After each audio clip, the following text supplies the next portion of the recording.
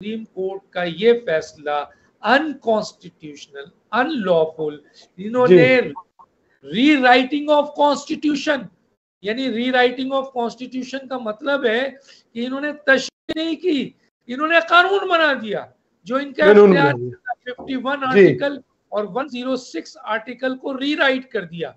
तो इसलिए ये एक बहुत ही गलत फैसला है सुप्रीम कोर्ट का, और ये नजर आ रहा है कि ये बायस फैसला है।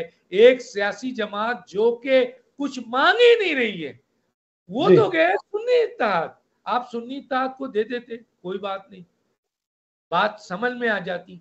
लेकिन आपने जिन्होंने मांगा नहीं और 80 अरकान को आपने सुना नहीं, तो पूरे कानूनदान ये कहते हैं, और हम भी एज ए तालिब इल्म समझते हैं, ये पॉपुलर फैसला है, ये सियासी फैसला है, और ये बहुत खतरनाक और गलत फैसला है सुप्रीम कोर्ट का। ऐसा लगता है कि सुप्रीम कोर्ट आइन और कानून जानती ही नहीं है जिन लोगों ने फैसला दिया है। माजरत के साथ मैं फैसले से बात कर रहा हूँ, मुझे ऐसा लगता नहीं है, बल्कि बड़े बड़े आईनी माहिरीन को ऐसा लगता है कि जिन लोगों ने फैसला दिया है उनको ये पता ही नहीं था उनका डोमेन क्या है, उनको अपनी जुरिडिक्शन नहीं पता, और उन्होंने ये सोच के कि हम, यानी मेरा जिस्म मेरी मर्जी, मैं कोर्ट में बैठा हूं, मैं जो फैसला कर दूं।